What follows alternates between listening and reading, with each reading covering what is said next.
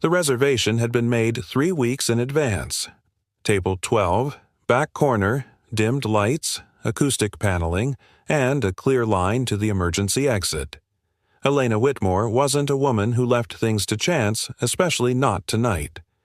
She tightened the soft strap on Lucas's noise-canceling Bose headphones and gently tucked his plush sensory toy into his lap. "We'll just try for 15 minutes, she whispered, brushing a loose curl from his forehead. No pressure. The maitre d' smiled politely, oblivious to the intensity behind her eyes. "Welcome back to Bellerose, Ms. Whitmore. We've made all the adjustments you requested. Table distance, lighting filters, soft jazz, only on the far end." She nodded. "Thank you." It had been 2 years since she'd stepped foot inside this restaurant, 2 years since the last time her late husband had sat across from her at this very place, beaming as he cut Lucas's spaghetti into tiny bites. 2 years since things felt almost normal. Tonight was supposed to be a small reclaiming, a quiet triumph. Instead, her heart was already bracing. Across the dining floor, unnoticed by most, a janitor in a dark gray shirt moved slowly along the polished tiles, mop in hand. He didn't rush, just pushed and paused like the rhythm helped him think. His name tag read Gavin. He caught a glimpse of the boy at table 12. The oversized headphones, the way the child flinched when silverware clinked nearby. Gavin recognized the signs before the waiter even dropped off the menus. Lucas squirmed in his chair. His little fists tightened. His breathing grew short. "Elena," he whispered, tugging her sleeve. "Too loud. Too much. I know, baby, I know." She reached for the tablet she'd loaded with calming visuals. The screen froze. Of course, the laughter from the next table sharp, a burst of jazz saxophone. A dish clattered in the kitchen. That's all it took.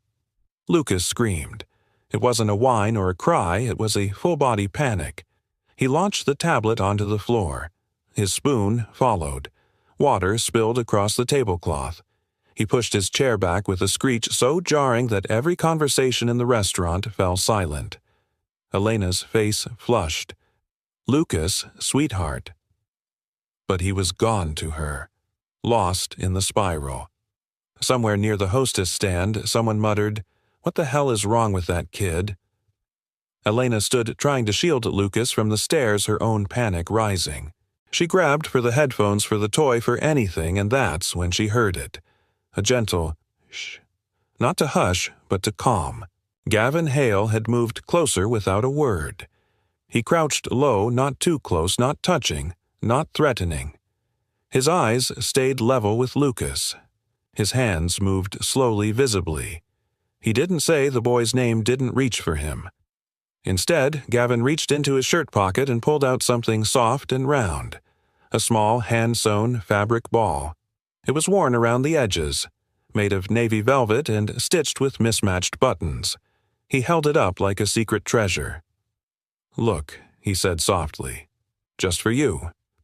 Lucas's screams paused, caught on the edge of breath. His eyes flicked to the object, then back to Gavin, then slowly. He reached out. His fingers touched the fabric. He gripped it. And just like that, the storm inside him broke. The air shifted. The tension in his small frame eased. His breath slowed. He turned the ball in his hand, feeling the weight, the texture, the press of the buttons against his skin. Elena, frozen, mid-reach, turned around and saw the janitor crouched beside her son. Her face went white.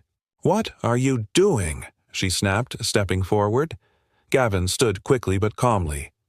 "I just get your hands off my son." It came louder than she expected, louder than she meant. But it was too late. Every eye in the restaurant turned. Forks paused mid-air. Glasses froze mid-sip.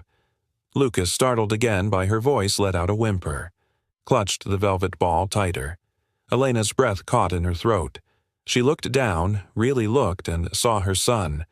Not screaming, not flailing, just breathing, holding that strange little ball like it was a lifeline. Gavin stepped back, hands raised slightly, not defensive, just open. "I didn't mean to upset you. I only wanted to help." The room was holding its breath now, waiting. And then came the voice that broke it. Did anyone see that a woman near the bar shouted, "Phone raised"? This janitor just grabbed her kid. She was already filming, already posting, already spinning the story. Gavin looked at Elena, waiting maybe for a signal, but she couldn't find her voice. She was still frozen between what she saw and what she felt, between gratitude and fear, control and chaos, between a ruined night and something else. The moment cracked. The maitre d' rushed in, speaking low but firm. "Sir, I'll need you to step away, please." Gavin nodded once. Didn't argue, didn't explain. He just tucked his mop back into the bucket and walked away. Behind him, the boy he had just calmed watched with wide eyes, still holding the ball. And across the restaurant, someone hit upload. His Billionaire mom meltdown was born. But the truth hadn't even begun to unfold. What did I just witness? The shrill voice cut through the restaurant like a dropped wine glass. A woman in a bright coral jacket, perfect hair, oversized sunglasses perched on her head, despite the evening hour, was already waving her phone in the air like a badge of justice. "I said," she repeated louder this time. "This janitor just touched that kid." Her voice ricocheted off the white marble walls of Bellerose. Heads turned again. Forks clinked back onto plates. Some patrons exchanged glances of curiosity. Others, judgment. The woman didn't wait for permission. She pressed record. Elena's breath stuttered as her eyes bounced between the woman, the janitor, and her son. Lucas was quiet now. Still. He was holding the little ball with both hands like it was made of glass and dreams. His chest rose and fell in even rhythm, in impossible contrast to the chaos moments before. But the sound of that woman's voice, accusatory, weaponized, threatened to undo it all. "Ma'am, is this your son?" the woman asked, eyes never leaving the phone screen. Because this man, this employee, was all over him. "I wasn't," Gavin said calmly. "I didn't touch. Don't lie," she snapped. "I saw you. Everyone saw." "No, you filmed," he replied, voice low, almost tired. "Not the same thing." The woman gasped. "Did you hear that he just got snippy with me?" The restaurant manager appeared suit sharp and face tight with damage control. "Mr. Hale, I need you to step away from the guests, please." He was helping a waiter, whispered under his breath, too quiet for the woman to hear. Gavin nodded once. Understood. No protest, no defense. Just silence. As he stepped back, Lucas's eyes followed him. Still clutching the ball. Still breathing. The connection wasn't loud, but it was real. And Elena felt it in her chest like a second heartbeat. But the coral-jacketed woman was far from done. She turned to Elena. "You should really file a complaint. This kind of thing lawsuit waiting to happen." Elena blinked. "He calmed my son down. Yeah, after manhandling him. Poor kid was screaming for help." "No," Lucas said softly, barely a whisper. "He didn't." The woman frowned. "What was that?" Elena crouched beside her son. "What did you say?" Honey Lucas looked up from the ball-eyes wide voice, steady. He made the noise go away. Elena's throat tightened. The coral woman scoffed. "Well, good for him. But I still got the whole thing on video. Gonna post it. Let the world decide." She smirked, thumbs tapping furiously. #Billionaire mom meltdown. That'll get clicks. The word hit Elena like a slap. Billionaire. It wasn't just a label, it was a target. She looked around. Patrons whispering behind napkins. The maitre d' avoiding her eyes. The flicker of phones under tables. And there she was, Elena Whitmore, CEO, Ice Queen, rich mother who couldn't control her kid in public. But that wasn't the story that played in her head. The story she saw was a boy too overwhelmed to ask for help, and a stranger who did the unthinkable. He knelt. He waited. He understood. And it worked. Not the headphones. Not the imported compression blanket. Not the $1,500 therapy bear from Denmark. a hand-sewn fabric ball, made with buttons and probably borrowed time. Gavin stood quietly near the service hallway waiting for the manager to speak. Elena rose her heels, clicking softly on the tile as she walked over. She opened her mouth, but nothing came out. He spoke first. "It's okay." "It's not," she whispered. He didn't argue. Instead, he offered a tired smile. "I've worked in enough places to know what tonight looks like from the outside. You don't owe me anything." "But I do." His gaze held hers for a beat. "Take care of him," Gavin said finally, glancing toward Lucas. "I'm trying. I know." He turned to leave. Elena stood there watching him disappear down the corridor mop bucket, trailing behind him. Her son, quiet and still watching the same way. The coral-jacketed woman strutted past, smugly tucking her phone away. "Don't worry," she said with a smirk. "I tagged your name. Free PR." Elena didn't flinch, not this time. Back at table 12, Lucas gently rocked in his seat, still holding the ball. Elena sat beside him, staring at the untouched food, the broken spoon, the water-stained linen. She reached for the tablet again. Still frozen. She turned it over, shut it off. Then she looked at her son. "Was it too much?" she asked. Lucas nodded. "Do you want to go home?" He paused, then shook his head. "Just quiet." She took his hand, small and warm and firm around the soft ball. Her voice barely rose above the hum of returning chatter. "He didn't scare you." Lucas looked at her confused.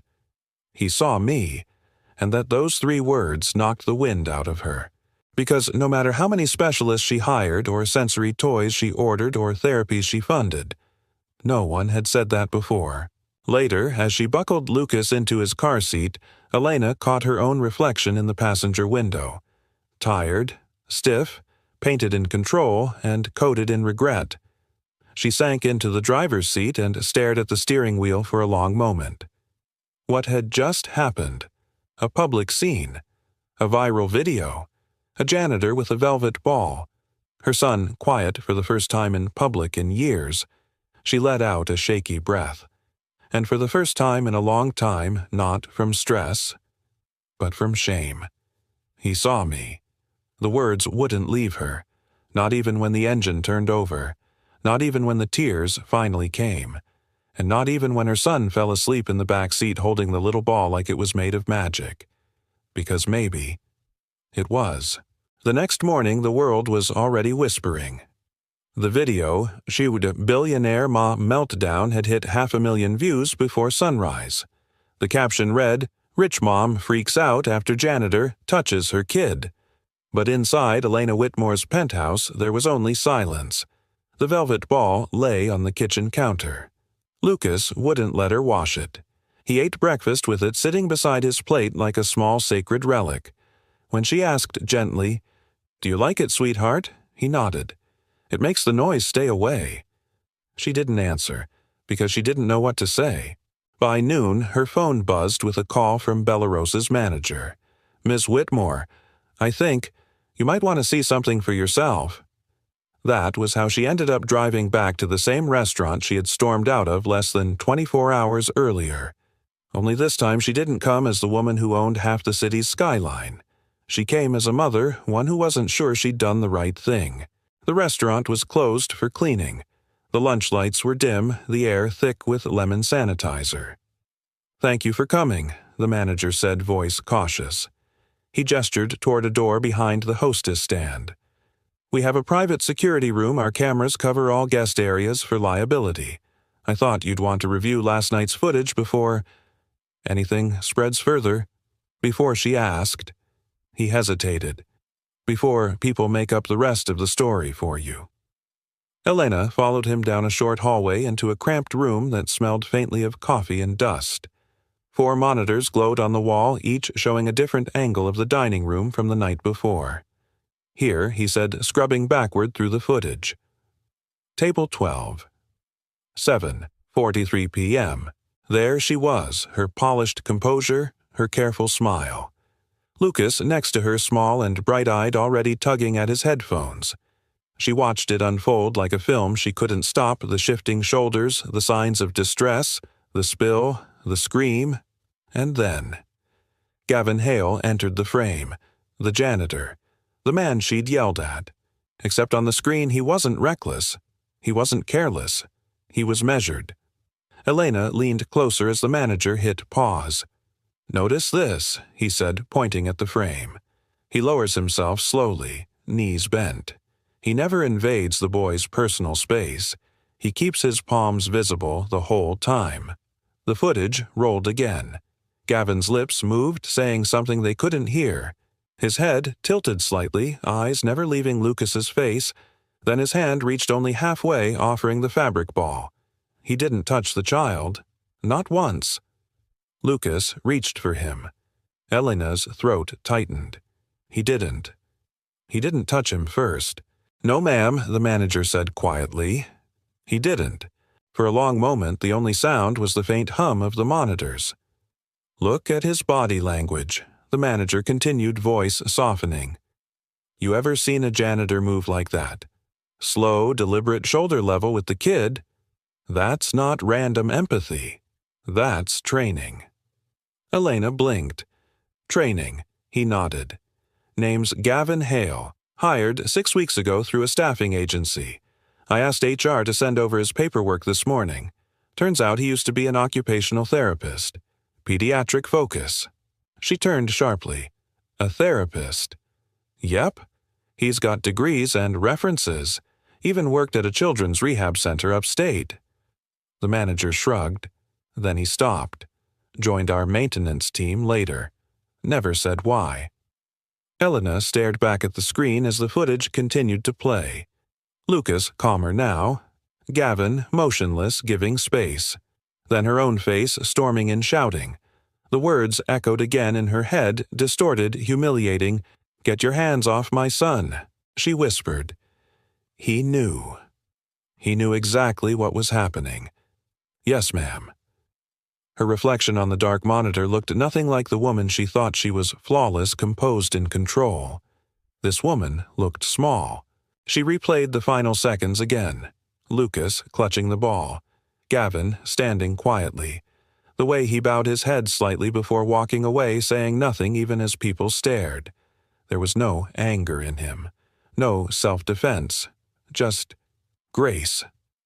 Elena's voice cracked. He didn't need to explain himself. He listened, didn't he? The manager nodded slowly. "Yeah, just in a different way than most people know how." Elena exhaled shakily. The guilt hit all at once, sharp and suffocating. For all her power, her degrees, her therapy appointments, her wealth, she hadn't recognized the language of understanding when she saw it. And the man who did was mopping her floor. The manager shut down the monitor. "Miss Whitmore, for what it's worth, none of us blame you." Parents panic. We all would have reacted somehow. But she barely heard him. Her eyes were fixed on the corner of the desk where the security keyboard sat. Her fingers brushed one of the buttons unconsciously, leaving a small fingerprint. "I was wrong," she murmured. "Ma'am." Her voice broke again. I thought he was crossing a line, but he was saving my son from drowning in his own world." The manager said nothing. Some truths needed silence to breathe. Outside, the late afternoon light fell through the windows in thin gold stripes. Elena walked through the quiet dining room. Every table gleamed perfectly set. But she could still feel the echo of last night, the stares, the judgment, the fear. At table 12, the same chair Lucas had sat in the napkin was folded neatly again. The stain from the spilled water had been wiped away, leaving no trace of the chaos. Only she remembered. She traced the edge of the table with her fingers, whispering more to herself than anyone. He didn't need words to calm him. He just knew. In the parking lot, she sat in her car engine off city, humming softly outside. The guilt pressed against her ribs, but beneath it was something else, something quieter. A question. How many people have I overlooked because I was too busy assuming I knew their place? She glanced at the rearview mirror. Her reflection stared back, eyes-tired expression uncertain. For the first time in her life, Elena Whitmore, the woman who never doubted herself, saw something she couldn't immediately fix with money or logic. She saw the truth. She had misjudged kindness for weakness. Her hand trembled slightly as she turned on the ignition, and for reasons she couldn't explain, as the car pulled into the flow of traffic, tears came, hot, quiet, unstoppable. Not for the embarrassment, not even for the viral video, but because somewhere in the static of last night she realized she'd witnessed something extraordinary, someone who still believed in gentleness even when the world didn't.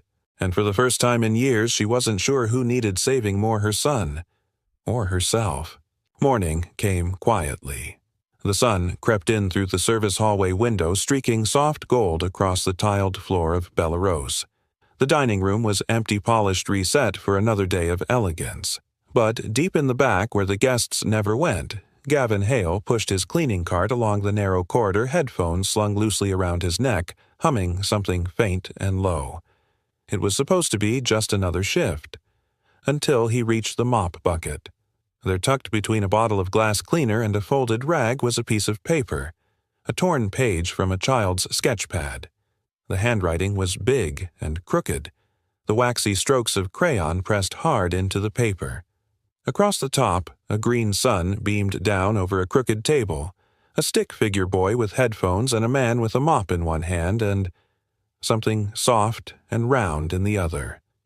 Beneath the drawing, written in thick blue crayon, "Thank you for helping me when it was too loud." Lucas Gavin stood still for a long time. The hallway around him buzzed faintly with pipes. Somewhere in the distance, a dishwasher clanged. But he didn't move. His thumb traced the edge of the note, careful not to smudge the color. And then he smiled. Not the kind of smile people usually saw from him. This one was quiet, private, the kind you wore when something hurt just enough to remind you you were still alive.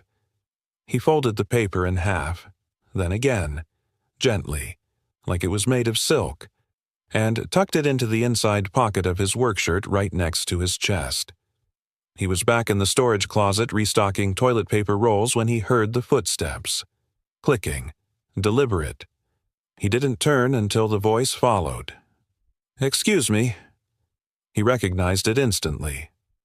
Elena Whitmore stood at the edge of the janitor's corridor like someone who didn't quite belong there but wasn't too proud to enter. Her heels looked too expensive for the tile. Her coat was pressed tailored. But her hands fidgeted with the edge of her sleeve. I was hoping to find you," she said. Gavin straightened. "Everything okay, ma'am? I wanted to say thank you." Her voice was softer than he remembered, like she was trying not to disturb something fragile. Gavin nodded once. "You already did." "The note." She blinked. Lucas left that. He gave the faintest smile. Kids don't usually sign other people's names in crayon. A brief pause. Elena stepped closer. Still, I felt it needed to come from me. Gavin leaned lightly on the mop handle, expression unreadable. "It's not necessary." "Maybe not," she said quietly. "But I'm here anyway." He tilted his head slightly, waiting. Elena exhaled. "I was wrong. About what I saw. About you. I judged you before I understood what you were doing." Gavin didn't flinch. "It happens. That doesn't make it right." He let the silence stretch. Then said, not unkindly, "I've learned not to take it personally. People panic when they don't feel in control." Her lips pressed into a thin line. "You didn't panic." He shrugged. "I've seen kids like Lucas before. Sometimes it's not about fixing the moment, it's about meeting them in it." Elena looked down at the floor, then up again. "You used to be a therapist." A flicker crossed Gavin's face, a shadow of something unspoken. "Yeah, a while back. Why'd you stop?" His gaze drifted to the storage shelf, then back to her. "Some things break in a way that makes it hard to go back," he said simply.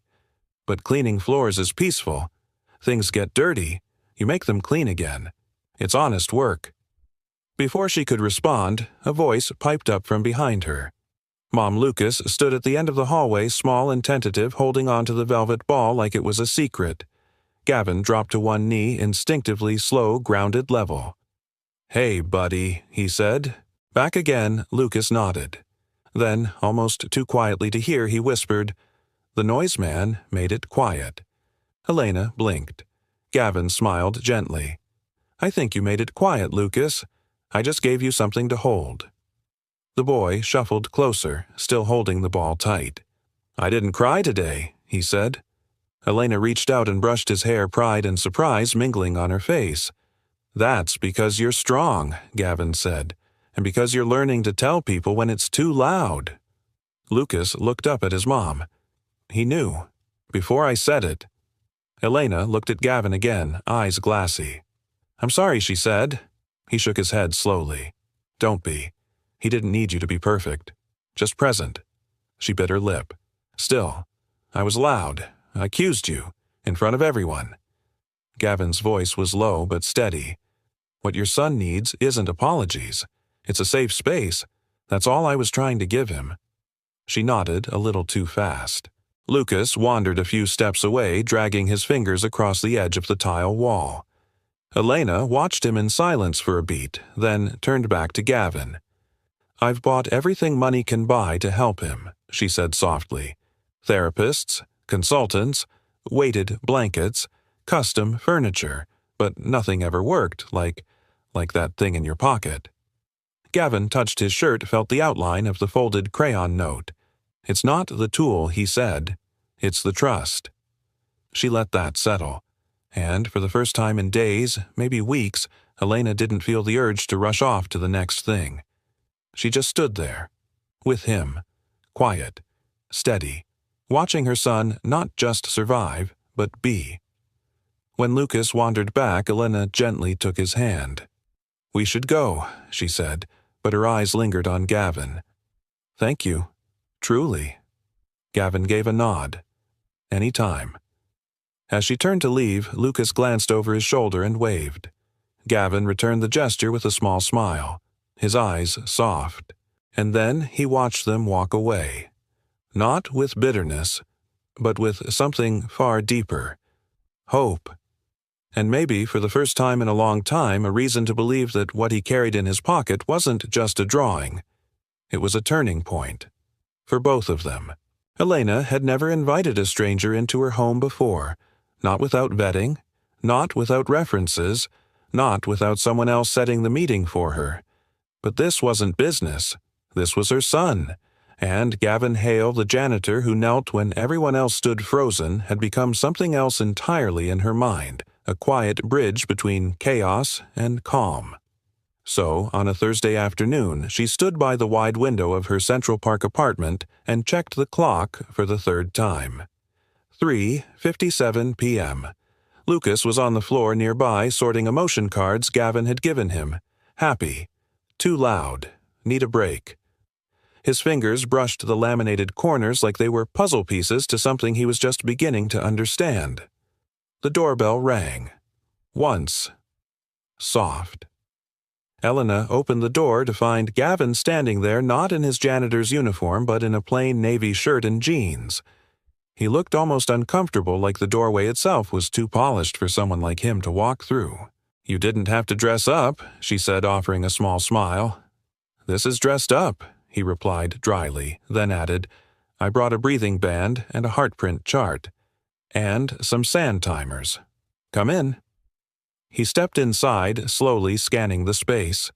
It was beautiful, of course it was. Clean lines, soft lighting, neutral tones. But it wasn't the size or wealth of it that made him pause.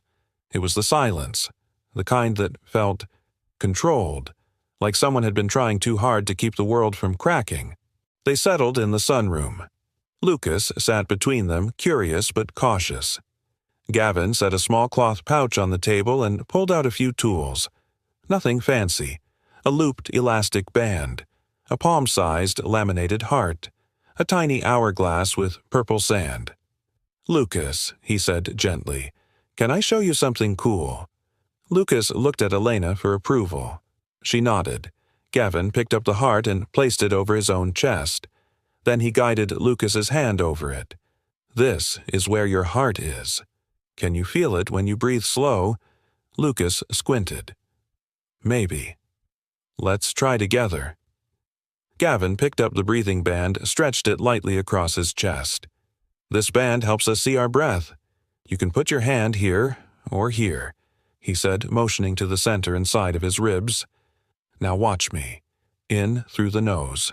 1, 2, 3, and out through the mouth.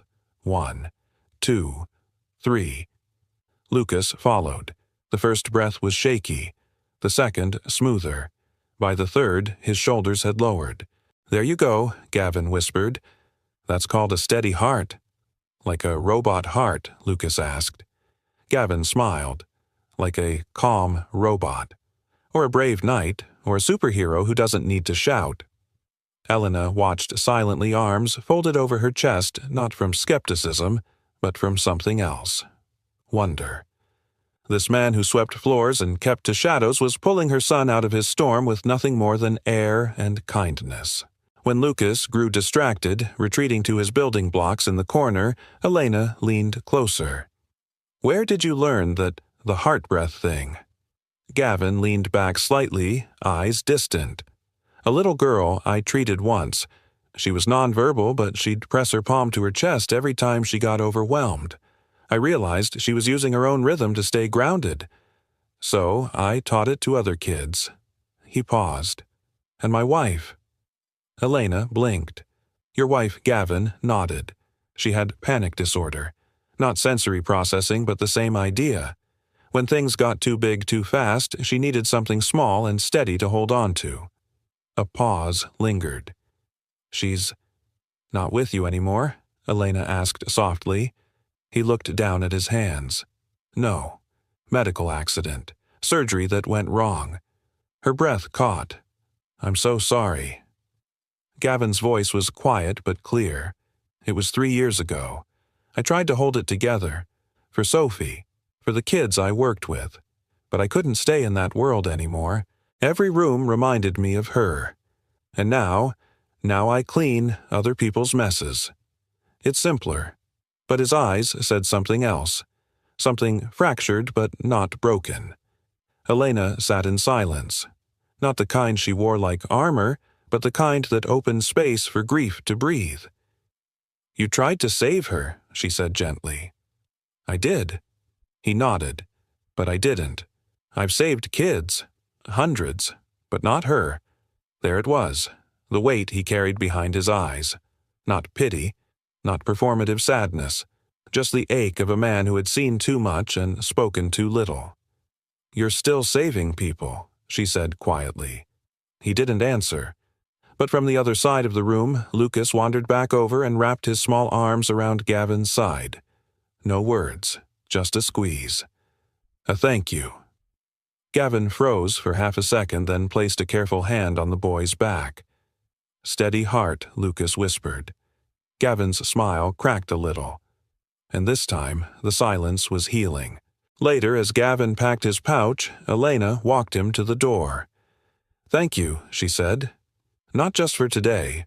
For everything." He looked at her not as a CEO or a mother in crisis, but as someone who had listened. "Lucas doesn't need a miracle," he said. "Just a map." She nodded. "And what about you?" He held her gaze, still drawing mine, and with that he left. But as she watched him disappear into the hallway, Elena realized something new was settling inside her. Respect, curiosity, and something deeper than gratitude. It wasn't just Lucas she wanted to understand anymore. It was the man who had taught her son to breathe. Elena had never felt nervous hosting a dinner in her own home until tonight. The table was set with her usual precision linen napkins folded like envelopes, the silverware lined up with ruler-straight symmetry water glasses catching the soft, amber glow of the chandelier. But the anticipation in her chest wasn't about the food or the decor. It was about the people who would sit around that table. Or, more precisely, him. When Gavin arrived with his daughter, Elena was struck by the quiet way he entered her space. He didn't compliment the apartment or scan the furniture. Instead, he placed one gentle hand on his daughter's shoulder and introduced her like she was the only thing that mattered. This is Sophie. Sophie, about 9, had wide, thoughtful eyes and a worn sketchbook tucked under one arm. She looked like she'd rather be anywhere else but managed a polite, practiced smile. Lucas peeked out from behind Elena holding his crayon box tightly. There was a moment of stillness and uncertain beat between strangers. Then Sophie knelt down to Lucas's level and asked, "Do you like to draw dragons or spaceships?" Lucas blinked. "Spaceships." Sophie grinned. "Cool, I can show you how to do fire coming out the back." And just like that, the ice cracked. Dinner was simple by Elena's standards: roast chicken, honeyed carrots, mashed potatoes, and her housekeeper's secret recipe rolls, but it somehow felt heavier. Not the food, the meaning. The 4 of them sat at her long dining table, one she had rarely used since her husband passed. Usually it seated board members or donors, people she had to impress. Tonight it held something else entirely. Sophie and Lucas sat on one side, hunched over their shared sketchbook, giggling over a drawing of an astronaut eating spaghetti in 0 gravity. On the other side, Elena and Gavin ate slowly. "It's the first time he's laughed at dinner with someone new," she said quietly, watching Lucas light up as Sophie added googly eyes to a planet. Gavin smiled without looking up. Sometimes kids don't need conversation. Just crayons and someone who doesn't ask too many questions. Elena took a sip of her wine. "That used to be me. I asked all the questions. Specialists, teachers, behavioral consultants. I had a whole list of things to ask. Never thought to just let him draw." "You're doing fine," Gavin said. "More than fine." She looked at him, really looked. He wasn't dressed up. His shirt sleeves were rolled to the forearms, exposing a faded tattoo she hadn't noticed before. It looked like the outline of a heartbeat. "Was that for her?" she asked softly, nodding toward his arm. He followed her gaze and nodded. "Yeah." "Right after we got married. She called me her steady heart. Said when the world spun too fast, I held still. That's beautiful." He shrugged. "It hurt like hell. The tattoo, I mean. But it was worth it." Sophie looked up from her side of the table. Dad tells stories like they're facts, but they're really feelings. Gavin gave her a mock frown. "That's because facts are easier to clean up after." Elena laughed, really laughed for the first time that evening. Later, after dessert, Elena's housekeeper had insisted on peach cobbler. The conversation turned toward work. "I didn't expect to meet a therapist working the night shift with a mop," Elena said, sipping her second glass of wine. Gavin leaned back, resting one hand on the table. "I didn't expect to be one." She tilted her head. "What do you mean? I didn't grow up wanting to be a therapist. I just found my way into it after college. Kids made sense to me. The world didn't, but they did. I liked helping them find their voice, and you were good at it." He hesitated. "I tried to be." Sophie piped in again. "He was. He helped a boy named Milo learn to say his name. That was a big day." Gavin smiled, but there was weight behind it. Elena studied him for a moment. "You should go back to therapy work." "I am," he replied, almost too fast. She raised an eyebrow. He gestured around the table. "This is therapy. Helping a kid breathe again. Showing a mom it's okay not to know everything. That janitor job, that's just the title. The work doesn't stop because the paycheck changes." Elena blinked. He wasn't being poetic. He was being honest. And that honesty cracked something open in her. "You really believe that I have to. Otherwise, I'm just a guy pushing a mop and pretending it's enough." For a beat, no one spoke. Then Sophie reached across the table and poked Gavin's arm. "I like that you have a mop. It makes you more powerful, like a ninja with a secret identity." Lucas chimed in, echoing softly, "Mop ninja." They all laughed again, but this time something had shifted. Elena caught Gavin's eye, and something passed between them. It wasn't romance, not yet. It was recognition. Of two people carrying losses too deep to explain. Of two parents doing the best they could in wildly different ways. Of two hearts still learning how to be steady. When the night ended and Gavin stood by the door with Sophie, Elena walked them out. "Thank you for coming," she said. "Really? Thank you for the cobbler," Sophie added, licking sugar from her thumb. "Tell your kitchen person she's amazing." Elena smiled. "I will." Lucas peeked from behind her again. "Bye, Sophie. Bye, spaceship guy." When the door finally clicked shut, Elena stood alone in the quiet hallway. But it didn't feel so empty anymore. The table still had crayon smudges. There was a napkin with a sketch of a lopsided moon left behind. And on the air, the faint echo of laughter still lingered. The cards were simple. Each one was laminated no bigger than a palm with large, clear words and soft-edged illustrations. "I'm scared. Too loud. I need a break." Lucas lined them up on the coffee table like treasure his treasure, while Gavin knelt beside him, voice soft and steady. "These aren't just cards," Gavin said. "They're your voice when your mouth doesn't want to help." Lucas nodded, tracing the edges. From the kitchen archway, Elena watched the scene unfold, holding a coffee cup she hadn't taken a sip from in 10 minutes. Something about watching Gavin with her son made her feel like she was witnessing the stitching of invisible thread, delicate, precise, strong enough to hold a heart together. "Want to try a practice round?" Gavin asked gently. Lucas looked unsure. "Let's pretend the vacuum is too loud," Gavin continued. "What would you do?"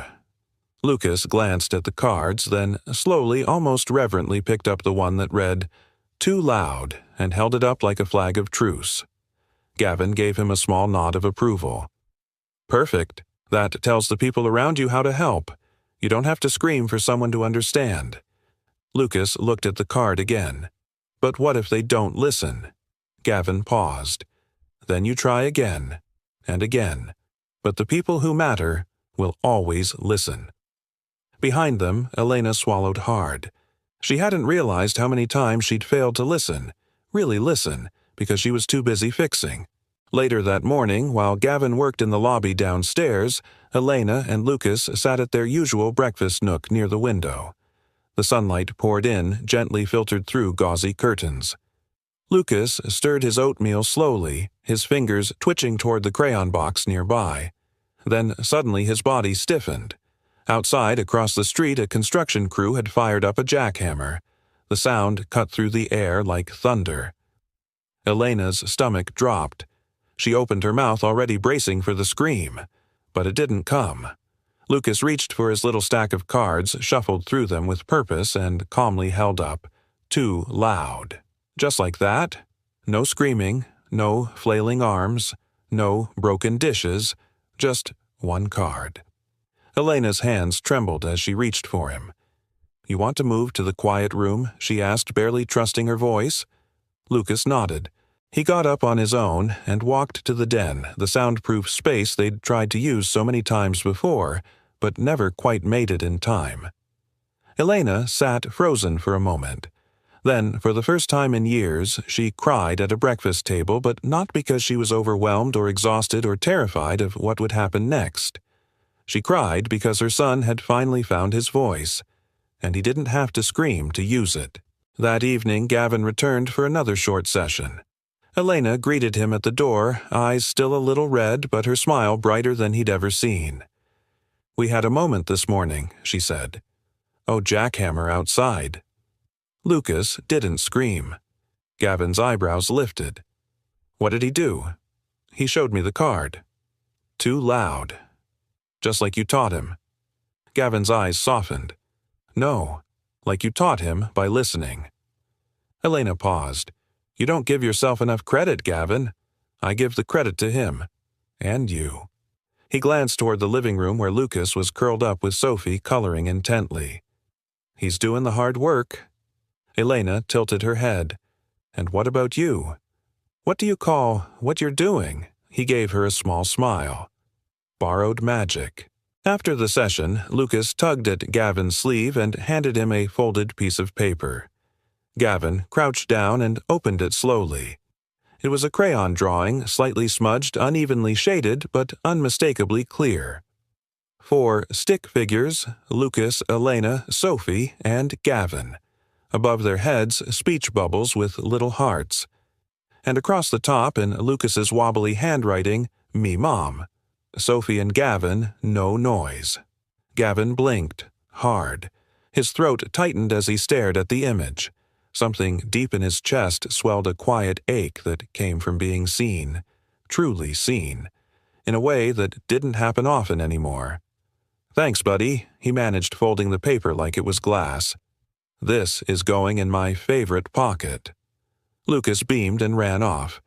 Elena watched the exchange from the hallway, her arms crossed gently over her chest. "I think he sees you," she said.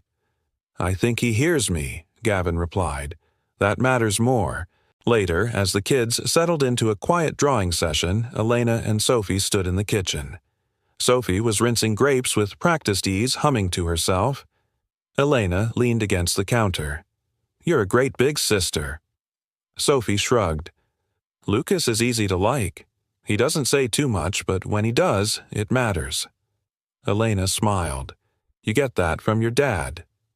Sophie glanced over her shoulder. "My dad doesn't need words. He listens with his chest.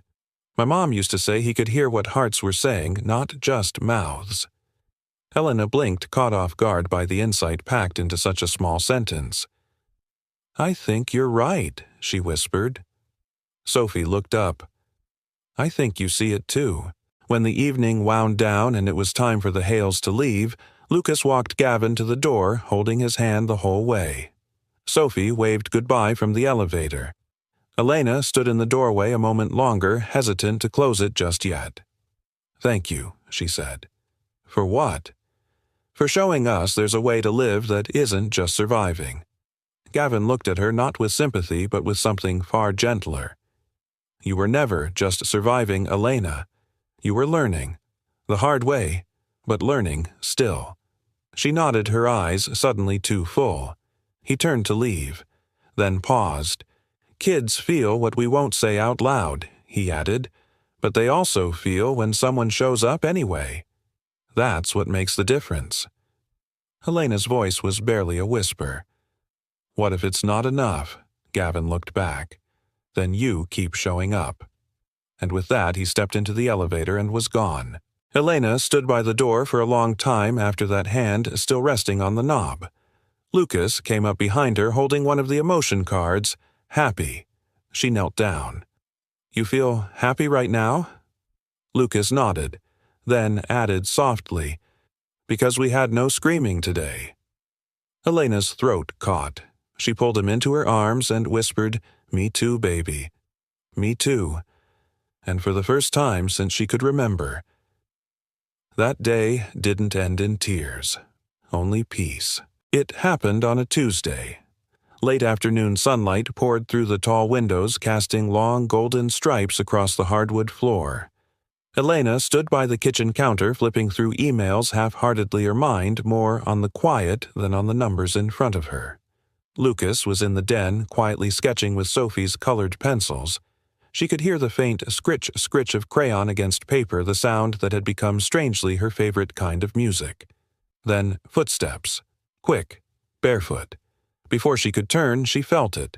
2 small arms wrapped around her waist. A hug. From behind. Her breath caught. Lucas. He buried his face into her back, not saying anything, just holding on. Elena didn't move at first. She was afraid if she breathed too deeply it might shatter. This had never happened before. Not like this. Then slowly she turned and knelt down, her eyes searching his. Tears filled hers before she even spoke. "Thank you," she whispered. Lucas looked down shyly, then up again. Gavin said, "Hugs tell people we see them." Elena's heart cracked open. She reached forward and pulled him into her arms. And this time she didn't cry out of desperation or exhaustion. She cried because her son, her beautiful, sensitive boy, had chosen to touch the world. Had chosen her. Not because he had to, but because he wanted to. And in that moment, everything softened. Not just the room. Her. That night, after Lucas had fallen asleep still clutching his worn velvet ball, Elena stood in the hallway outside his room, hand pressed lightly to the door frame. Her chest was full, with gratitude, with questions, with a kind of quiet ache that asked to be understood. She reached for her phone. Dialed. He answered on the third ring. "Hey," Gavin said, voice low, warm, steady. "I need to talk," she said softly. "Not about Lucas.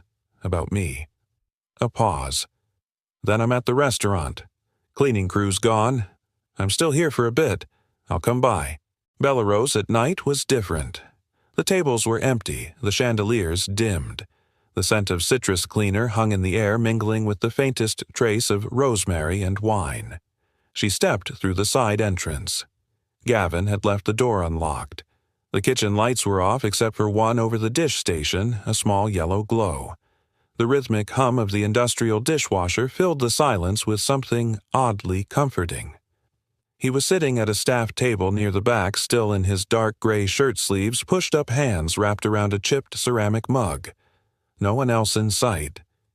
He didn't stand when she entered, just looked up, his eyes soft as if he'd been expecting this moment long before the phone rang. Elena sat across from him. For a while, neither of them said a word, just the quiet between them, the clinking of water pipes, the swish and hum of the washer behind them. Finally, she exhaled. "He hugged me today." A slow smile spread across Gavin's face. "Yeah." Out of nowhere, she said, her voice catching. From behind.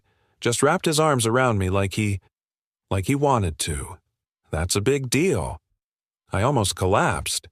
She laughed softly. Not out of surprise. Out of gratitude.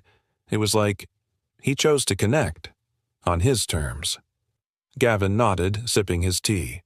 That's the only way it ever lasts. She looked at him, eyes glinting with something deeper than appreciation. "You gave him that language." "No," Gavin said gently.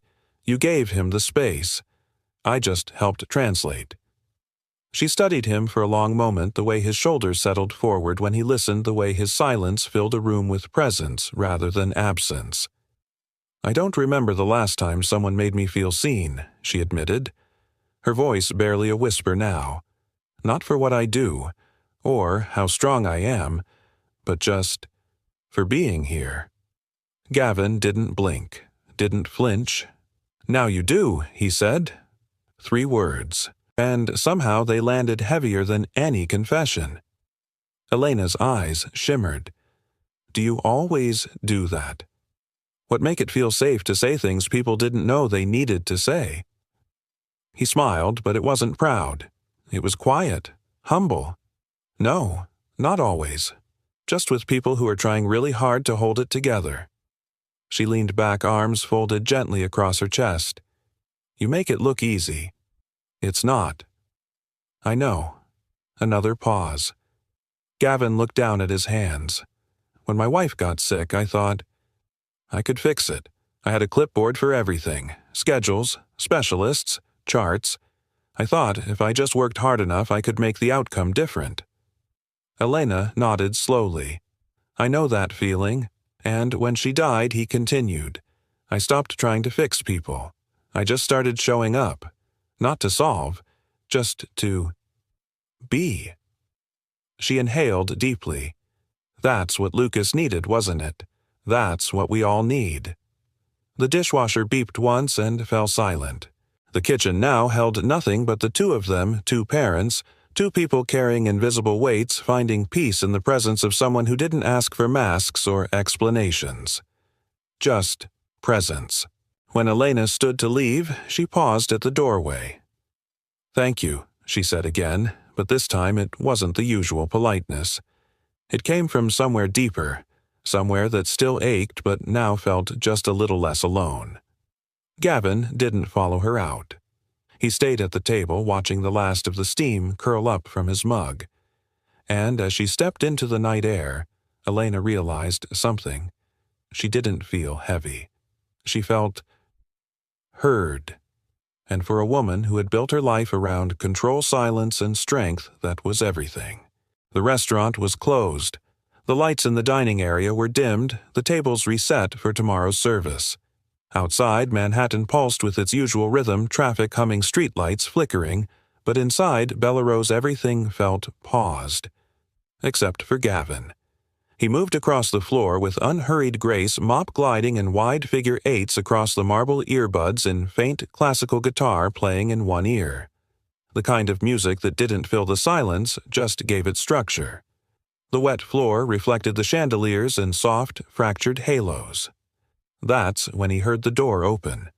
He looked up. Elena stood in the entryway, coat draped over one arm, a paper bag in one hand, and something that looked suspiciously like nerves hiding behind her calm expression. He tugged out one earbud. Everything okay? She held up the bag. I brought tea. He blinked. At 10 o'clock at night. She smiled a little sheepish. Chamomile. 2 cups. I didn't know how to start a conversation, so I figured I'd let the tea do the talking. He leaned the mop against the wall. You picked the right kind. Chamomile's for unwinding. I thought maybe you could use a little unwinding. He tilted his head, amused. So could you. She walked in slowly, the sound of her heels softened by the stillness of the room. She pulled out 2 cups from the bag and handed him one. They sat at a table near the windows, the same one Lucas had flipped a spoon from that first night. Funny how chaos could become memory. Memory could become something almost tender. They didn't speak for a while. Steam curled from the cups in lazy spirals. I used to think quiet meant I was failing, Elena said finally. Gavin looked up. She shrugged. Like if things got too quiet, I must have missed something. Forgot to follow up. Forgot to push hard enough. He nodded. Silence can be loud when you're used to noise, and loneliness can sound like your own voice echoing back. Gavin leaned back in his chair, fingers wrapped around his cup. Sophie used to think I hated laughter. Elena blinked. What? He smiled faintly. When she was little, she told her teacher, I didn't like fun because I always worked nights and was grumpy when I got home. But the truth was, I worked those hours, so she'd never hear me not laugh. Her expression softened. I was afraid, he continued, that if she saw how tired I was, how worn down, I'd disappoint her. I didn't want to be the dad who ruined her mornings with silence. Elena's hand moved almost involuntarily across the table. She reached for his knot urgently, just enough for her fingers to brush his knuckles. I know that feeling, she whispered, not wanting to be the one who let someone down. He looked at her eyes, steady. That's why I built the foundation. The control, the structure, the silence. I thought if I could keep it all contained, nothing would fall apart. And did it work? Her lips trembled. No. It just meant I fell apart privately, quietly, until I didn't recognize myself anymore. He didn't respond. He didn't need to. She leaned back and stared into her tea. It's strange, she said after a moment, that I came here tonight thinking I'd talk about Lucas, about his progress, about gratitude. But instead, Gavin said gently, You're talking about yourself. She laughed under her breath. That obvious only to someone who's done it too. The silence between them wasn't heavy this time. It stretched wide, soft, protective. The kind of quiet where healing happened. Outside the window, traffic lights shifted from green to yellow to red, washing the table in passing color.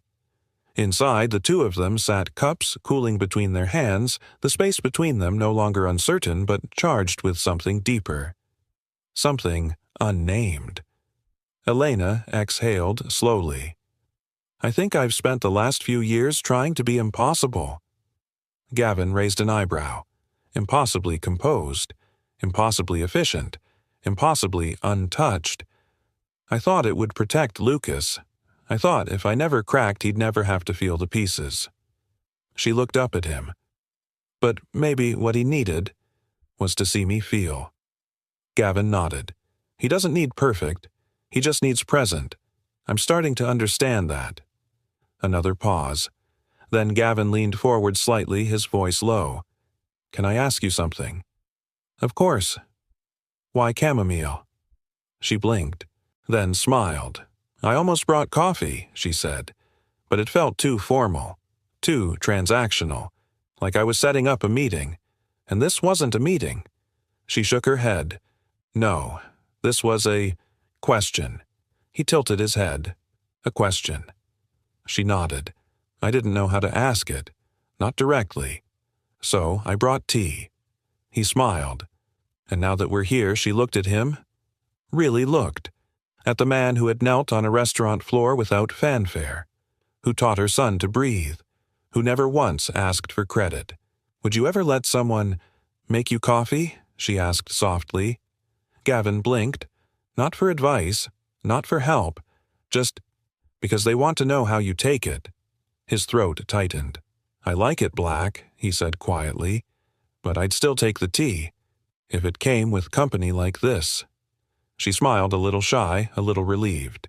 They sat like that for a long while. Two people who had spent too long giving everything to everyone but themselves, finally giving each other the one thing they hadn't known how to ask for. Time, attention, and maybe something that looked a little like hope. The floor between them shimmered with reflected light, a dance of mop water and overhead bulbs. Their shadows overlapped. No promises, no declarations, just presence. And sometimes that's where love begins, not with words, but with the way two silences find each other and choose to stay. The chandelier at Bellerose sparkled brighter than usual that night. It was the annual Midtown Finance Gala, an exclusive velvet rope affair reserved for those who knew how to make numbers bend and cities move. Bellerose, with its marble floors and towering glass walls, had never looked more opulent. Champagne flutes floated between conversations, violins played in the background, and gold-rimmed name cards shimmered under candlelight.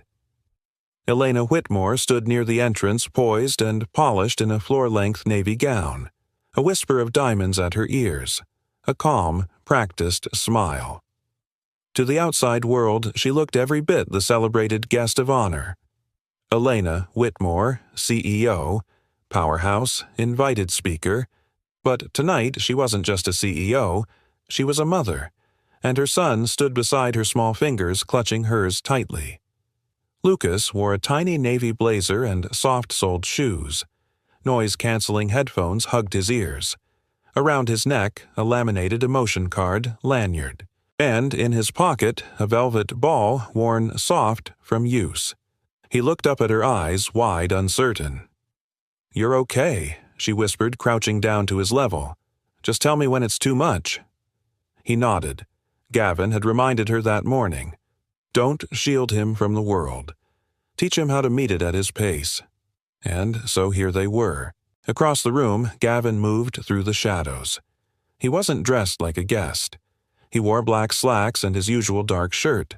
Bellerose had asked him to stay late that night, extra help with breakdown and cleanup. He'd said yes even before he knew Elena would be there, even before he knew Lucas would too. He watched from a distance, mop and one hand towel slung over his shoulder. Sophie had insisted he bring the emergency kit, just in case, she'd said, packing a small tote with headphones, the backup velvet ball, a flashlight with warm filters, and a set of Lucas's laminated cards. Gavin had tucked it behind the service bar near the patio doors, just in case. For the first half hour, things went smoothly. Elena floated from conversation to conversation, Lucas seated quietly at their assigned table with a juice box and his coloring book. Gavin stayed back, wiping up a spill near the dessert table, watching. Not hovering, just being there. Then it happened. The keynote speaker stepped up to the podium and, like clockwork, the cameras followed. Dozens of them. Click, flash, click, click, click. A burst of strobes from every direction. Lucas froze. His coloring pencil dropped. His shoulders rose, hands clamping his ears. One flash landed directly in his line of sight, bright, searing, sudden, and the scream came. Raw, piercing. Heads turned. Conversations halted mid-sentence. Elena spun toward him, already pushing past a group of startled donors. Lucas. The guests began to murmur. One of them, of course, was her. Karen. Coral jacket. Phone raised before her mouth even opened. "Oh my God, is this happening again?" she said loudly. "Somebody control that kid." The camera lens reflected the panic in Lucas's eyes. And then Gavin moved. He crossed the room in seconds, weaving past trays of hors d'oeuvres and startled millionaires. Without a word, he knelt and scooped Lucas into his arms. The boy clung to him immediately, burying his face into Gavin's chest. "Got you, buddy," Gavin murmured. "We're going somewhere quieter." Elena tried to follow, but Gavin waved her gently back. "I've got him. 2 minutes." She hesitated, heart pounding, then nodded. He pushed open the back doors to the garden. It was quiet there, just as Sophie had arranged. Tiny LED candles flickered beside the benches. A soft blanket had been spread beneath the arbor. A pair of child-sized headphones waited neatly beside the velvet ball. Lucas was still shaking. Gavin sat down on the blanket and placed him gently in his lap. "It's okay. Too bright, right?" Lucas, trembling, reached for the lanyard, pulled out the card. "Too bright." Gavin smiled. "That's right. You did it. You told me what you needed." He slipped the warm-toned flashlight into the grass, turned it on, and dimmed the space around them into golden amber. Then he handed Lucas the velvet ball. A deep breath. Another. Lucas's sobs slowed. His breathing returned to rhythm. Back inside, Elena stood frozen by the ballroom doors. People whispered. Karen's video was still running. "I swear, same janitor again. What is this, a therapy center now?" But Elena didn't hear them. She was already moving. She pushed through the crowd out the patio doors and found them under the arbor. Gavin looked up. Lucas was calm now, nestled into his side, fingers wrapped around the velvet ball. The headphones were on. His lips moved slightly, murmuring something that only Gavin could hear. Elena knelt beside them, heart in her throat. Lucas looked up, eyes clear. "I used my card," he whispered. "You did," she said, voice cracking. "You did so good." She looked at Gavin, and without thinking, without waiting, she reached for his hand. He let her. Their fingers locked. Not out of romance, not yet, but out of solidarity, of understanding, of being the only two people in the room who truly saw the boy between them. When they stood, Gavin carrying Lucas, gently Elena at his side, the guests fell silent. Karen's phone lowered. No one spoke. There was something in the way Elena held her son's hand, and Gavin's at once, that quieted even the sharpest tongues. Something fierce, and kind, and unshakably human. No speech, no explanation, just a mother, a child, and a man who had done the unthinkable not once, but over and over again, not with grand gestures, but with presence, with listening, with love that asked for nothing. They passed the chandelier, the velvet ropes, the silent tables, and when the doors of Bellerose closed behind them, the whole room remained quiet. The night didn't end with a toast. It ended with a stillness that said everything he did, the unthinkable. And the world, for once, listened. 1 week later, Elena stood at the podium of a modest press conference room. Not a grand ballroom, not a shareholder stage, just a clean sunlit space on the 3rd floor of a community center overlooking the East River. No marble, no champagne. Just folding chairs, a few curious reporters and several parents sitting quietly with children in their laps, some rocking gently, some wearing headphones, some clutching soft toys or cards. This wasn't a stage for power. This was a space for healing. She took a slow breath and smiled. "Thank you for being here," she began. "A week ago, my son had a panic episode in front of dozens of cameras. It was bright, loud, and terrifying, not just for him, but for me as a mother." She paused. The room held still. But what you didn't see in that video was what happened just outside the frame, a quiet man who did the unthinkable. He didn't fix the problem. He didn't lecture. He just understood. and in that stillness my son found his voice. She let the silence land before she continued. Today, I'm proud to announce the launch of something very close to my heart, the Quiet Bridge Foundation, a nonprofit dedicated to supporting children with sensory processing disorder and their families, not just with funding but with tools, training, and the gift of being heard. Polite applause, a few teary eyes. But Gavin Hale, standing off to the side in a plain button-up shirt, didn't clap. He just stood there, hands in his pockets, wondering when exactly the world had turned upside down. He was still wiping down tables 7 days ago. Now his name was printed on a press release. After the event, Elena found him by the service entrance where he always seemed to retreat when the spotlight turned toward him. "I was hoping you'd stay for the reception," she said. He gave a small smile. "Public events aren't exactly my thing." She handed him a manila envelope. He looked at it, then at her. "What's this?" "An offer," she said, "officially inviting you to become program director of the foundation." He stared at it for a long moment, then let out a slow breath. "Elena, I'm not qualified for that. I'm not a public speaker. I'm not a fundraiser. I'm not." "You're not just a janitor," she said, cutting him off gently. "You're the man who made my son's world quiet enough that he could finally speak." He looked away. Titles like that belong to people who never dropped the ball, who didn't quit when things got too heavy. She stepped closer. "You didn't quit, Gavin. You paused. You carried grief. That's not weakness. That's human." Still, he didn't reach for the envelope, so she added softer now. "This isn't about speeches or status. It's about making space for kids like Lucas, and parents like me, and people like you, the ones who listen when the rest of the world talks too loud." Gavin swallowed hard. Just then, a voice piped up behind them. "Dad." "You forgot something."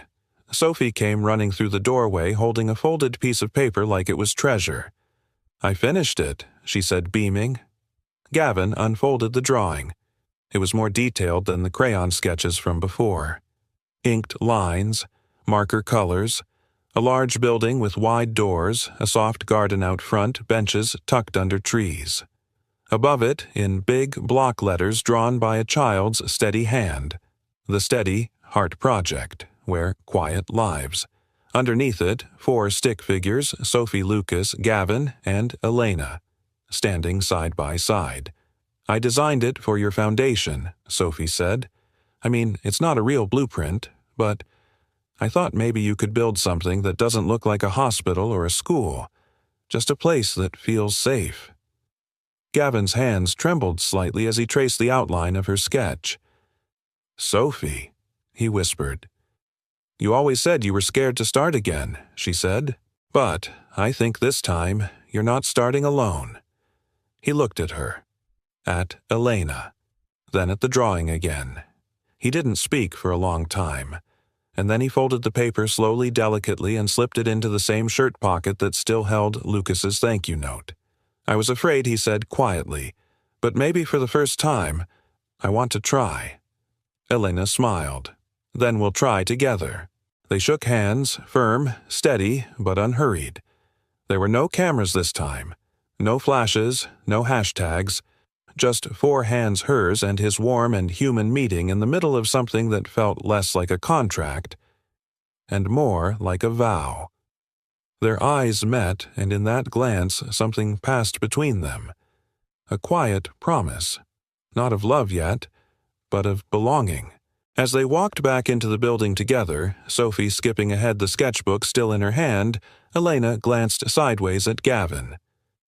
"What if it doesn't work?" she asked. He smiled. "Then we listen, and we try again, with steady hearts." 1 year later, laughter echoed down the sunlit halls of the Steady Heart Center. Not loud, jarring laughter, but warm, bubbling, genuine.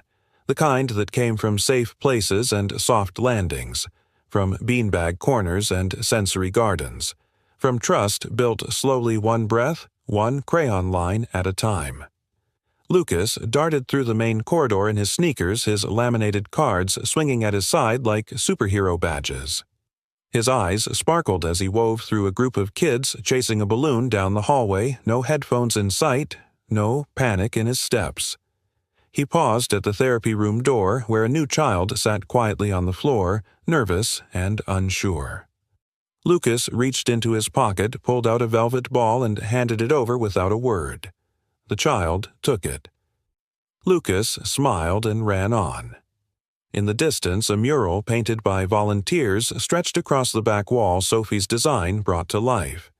It read, "The Steady Heart Project, where quiet lives, and kids feel seen." That evening, the lights inside Bellerose were dim again, but not for a gala. Not for speeches, not for cameras. Just a table. One table. 4 chairs. Candlelight.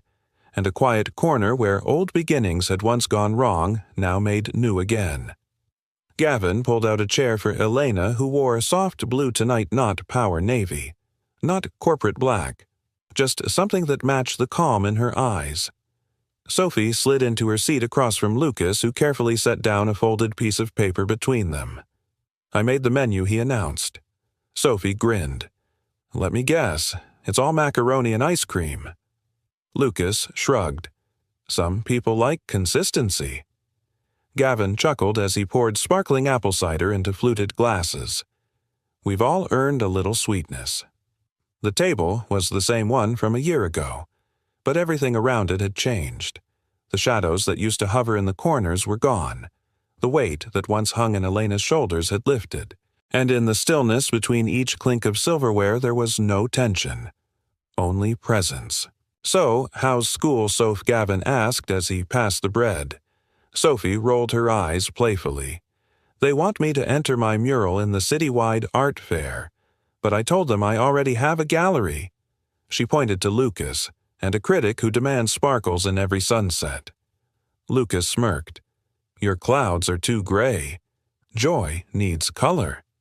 Elena laughed, truly laughed, and wiped the corner of her eye. "I think we've created a team of artists and therapists in training." Lucas straightened proudly. "Actually, Gavin and I are designing a quiet pod for the library at school, for kids who need a break." Gavin looked over a little surprised. "You told her?" Lucas nodded.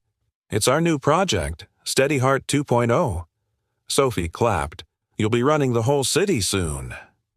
Elena looked around the table, her son confidently sharing ideas, her daughter in heart cracking jokes, and Gavin, who hadn't stopped smiling since they sat down. She let the warmth of it all settle into her chest. Then, softly, almost to herself, she said, "This is the first dinner that doesn't feel like a battlefield." Gavin turned toward her. No meltdown waiting to happen. No dread. No scripts. She met his eyes, voice trembling just enough to show the truth. "It's the first time dinner isn't something I have to survive." He reached across the table, and gently, without fanfare, took her hand. His thumb brushed the back of hers, steady, warm, sure. "Because we're not alone anymore," he said.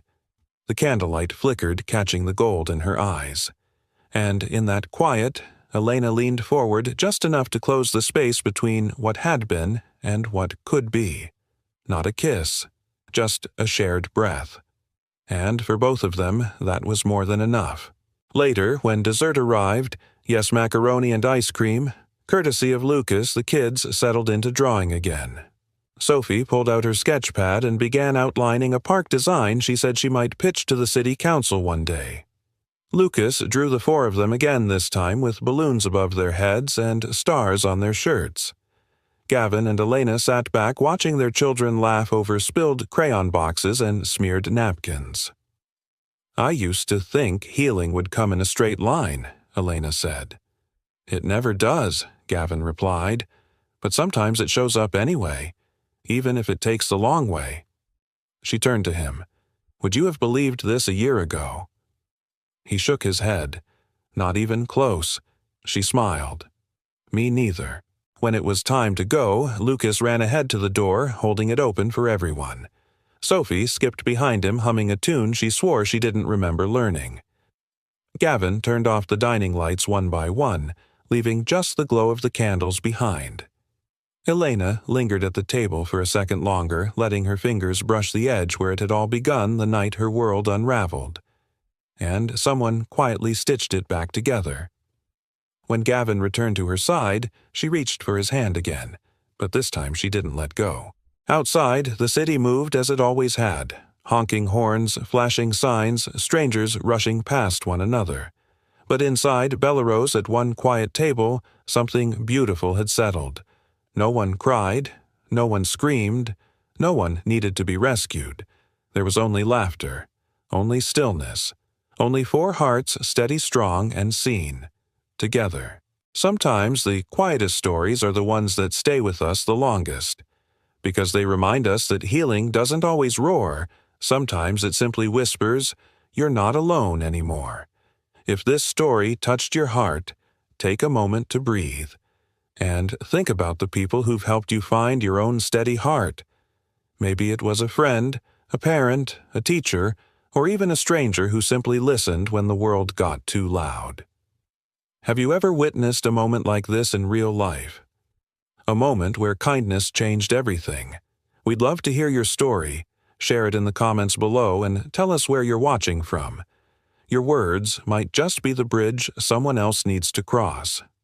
And if this story made you feel something hope, peace, or just the courage to keep going, please take a second to subscribe and join our growing family of storytellers.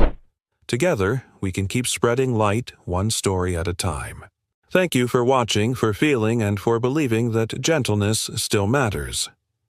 Until next time, stay kind, stay hopeful, and keep your heart steady.